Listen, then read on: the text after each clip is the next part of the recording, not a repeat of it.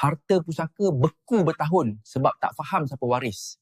Faraid salah sikit je, habis gaduh. Assalamualaikum warahmatullahi wabarakatuh.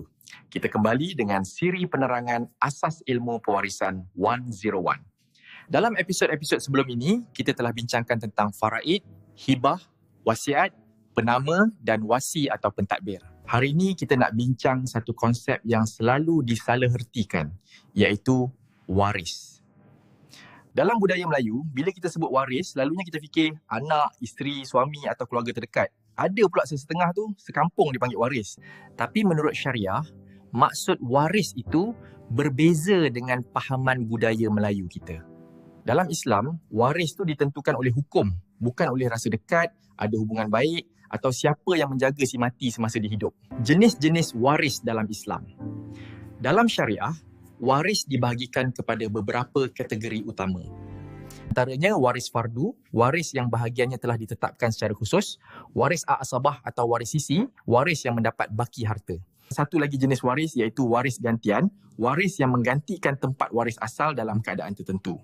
Dan secara keseluruhan, terdapat 25 jenis waris yang mengikut hukum faraid. Penting untuk difahami, bukan semua daripada 25 waris ini akan mendapat harta pusaka.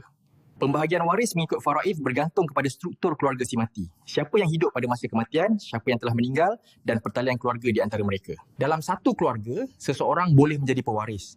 Dalam keluarga lain, orang yang sama itu langsung tidak mendapat apa-apa warisan. Sebab itulah, untuk menentukan siapa waris sebenar, proses ini boleh menjadi rumit. Secara jujur, susah nak huraikan sepenuhnya konsep waris dan faraid dalam masa 3 minit. Kesilapan kecil boleh menyebabkan pembahagian harta yang tidak menepati syariah. Berlaku pertelingkahan keluarga. Harta pusaka menjadi beku bertahun-tahun. Sebab itulah pewarisan cipta aplikasi kalkulator faraid ni.